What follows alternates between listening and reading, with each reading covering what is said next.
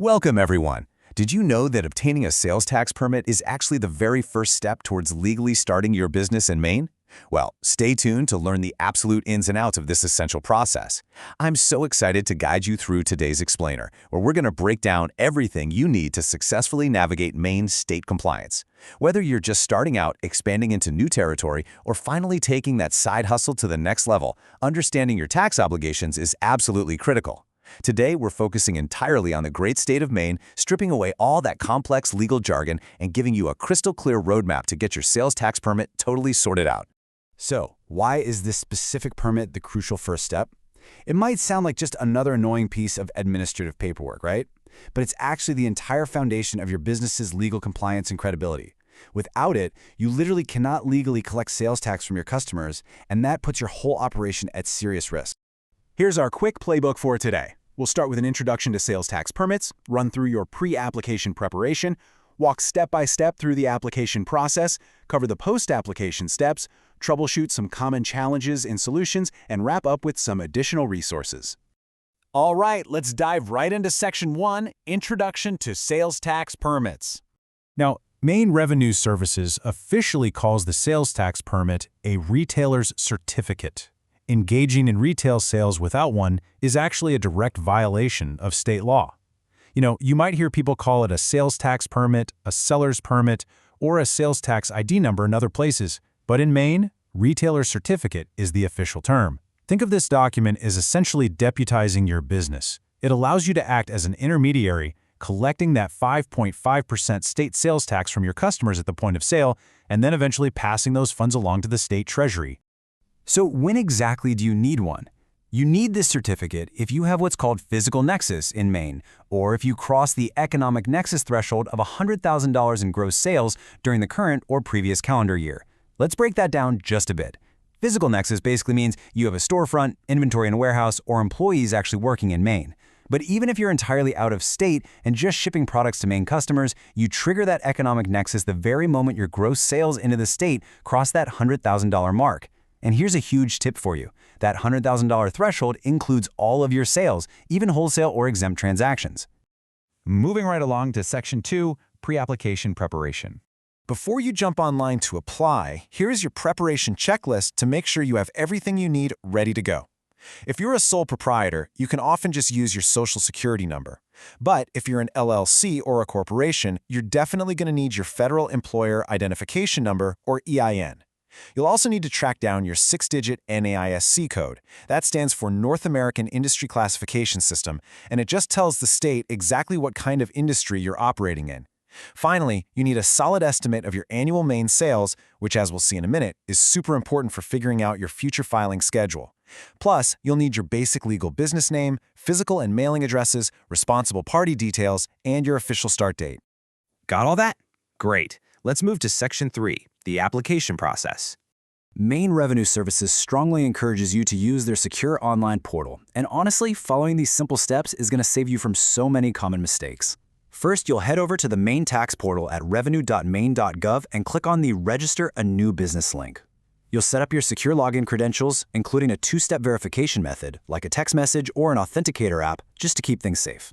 Once you're inside the portal, simply select Sales and Use Tax from the list of tax types and plug in all that information we gathered during our prep phase. Double-check your start date, confirm your estimated sales, hit Submit, and boom, you'll get an immediate electronic confirmation number. And you'll be really happy to know this part. Registering for a sales tax permit in Maine costs absolutely $0. Yep, it's totally free. Plus, the certificate remains valid indefinitely without any renewal fees. Unlike some other state or local licenses that hit you with an annoying annual fee, Maine doesn't charge you a dime to get compliant. You literally never have to renew this specific certificate as long as your business stays active and your entity type doesn't change. Let's transition into Section 4, Post-Application Steps. So, what happens after you hit Submit? This timeline gives you a good idea of what to expect. Usually, Maine Revenue Services reviews and approves your application within 3 to 5 business days. Once they approve it, you'll get your digital account ID almost immediately. The physical certificate, though, takes a bit longer, up to 20 business days to actually reach your mailbox. Now, here's a massive actionable insight, and you really need to hear this.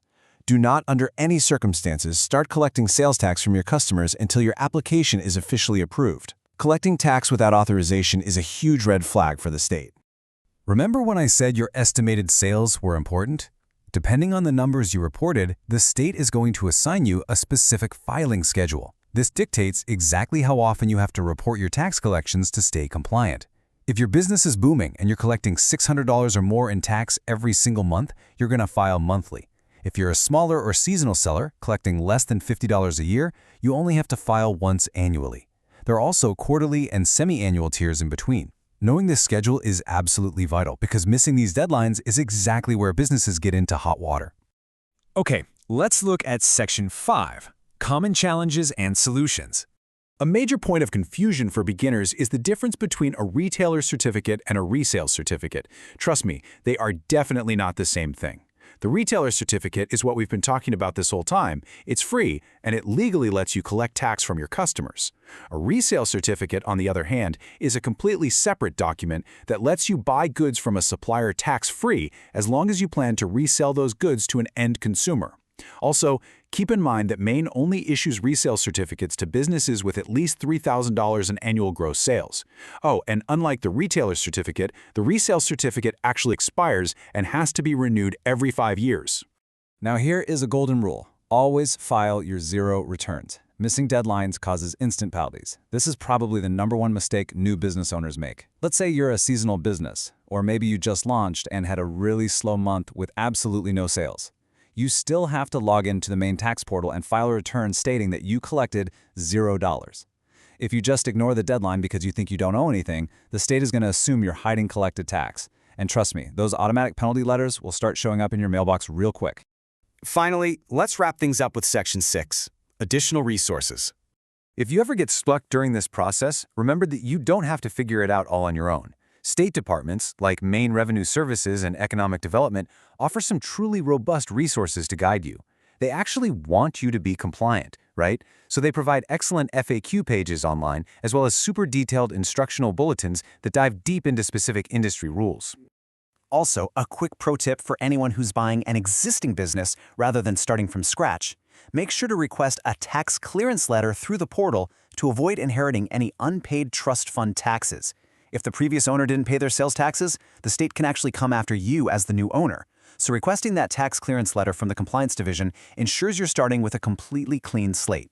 And of course, if you hit a wall during registration, you can always call Maine Revenue Services directly at the numbers provided to get some help. Just a quick reminder before we go. This explainer provides educational information on applying for a sales tax permit in Maine and should not be considered legal or financial advice. For personalized guidance, definitely consult with a licensed professional or legal advisor. But I'll leave you with this thought.